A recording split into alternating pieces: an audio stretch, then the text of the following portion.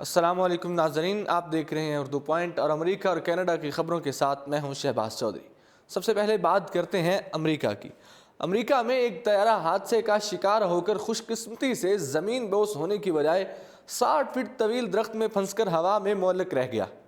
بین الاقوامی خبر رساں ادارے کے مطابق طیارہ حادثے کا اپنی نوعیت کا منفرد اور انوکھا واقعہ امریکی ریاست ایڈہوا میں پیش آیا، جہاں ایک پرائیویٹ طیارہ انجن کی خرابی کے باعث ہچکولے کھاتا ہوا زمین کی طرف آ رہا تھا کہ جنگل کے ایک طویل درخت پر پھنس گیا۔ یوں نہ صرف طیارہ ہی محفوظ رہا بلکہ پائلٹ کو بھی نئی زندگی مل گئی۔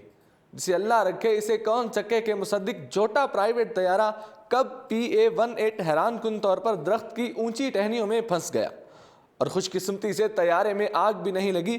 پائلٹ جان گروگری کو بحفاظت طیارے سے نکال لیا گیا۔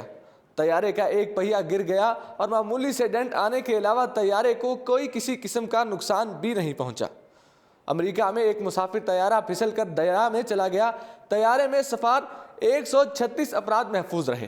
میڈیا رپورٹس کے مطابق ایک بوئنگ 737 کمرشل پرواز امریکی ریاست فلوریڈا میں اس وقت رن وے سے پھسل کر دریا میں چلی گئی جب وہ 136 مسافروں کو گوانتانامو بے نیول اسٹیشن سے لے کر جیکسن ویل کے قریب دریائے سینٹ جارج کے کنارے واقع نیول ایئر بیس پر اتری تھی۔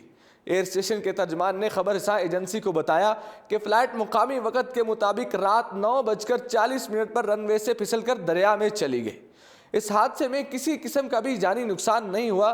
جیکسن ویل کے میئر نے سماجی رابطے کی ویب سائٹ ٹویٹر پر اپنے پیغام میں کہا کہ پرواز میں موجود تمام افراد بالکل محفوظ رہے۔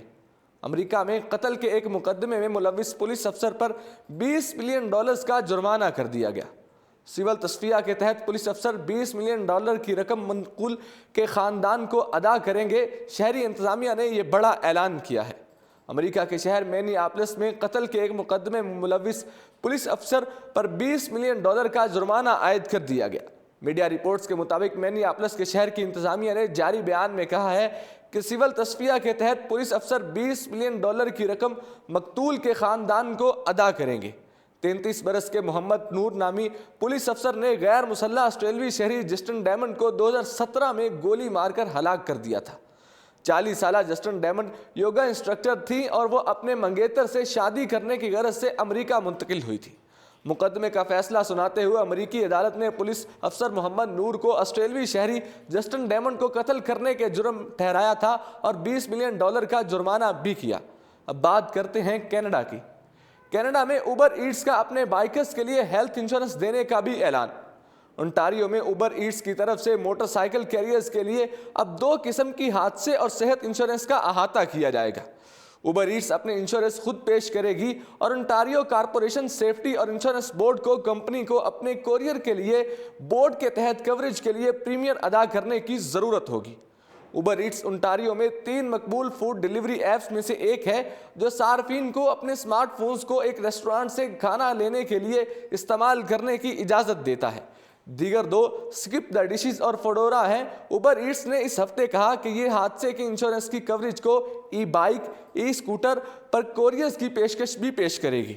گزشتہ سال نومبر میں مارکیٹ نے جب کھانا پکانے والے کیریئر کی حفاظت کرنے کے لیے کھانے کی ترسیل کی کمپنیوں میں اختلافات کی اطلاع دی تھی تو انٹاریو میں فوڈورا نے مزدور کو کام پر زخمی ہونے کے معاوضے کے علاوہ پریمیم کو بھی لاگو کیا تھا۔ اس وقت اوبر ایٹس کو WSB کے ساتھ رجسٹر کرنے کی ضرورت نہیں تھی اور انشورنس کی حیثیت کو روکنے کے لیے انتظار ہی کرنا تھا۔ امریکہ اور کینیڈا کی خبروں سے فی الحال اتنا ہی۔ مجھے دیجیے اجازت اور دیکھتے رہیے اردو پوائنٹ۔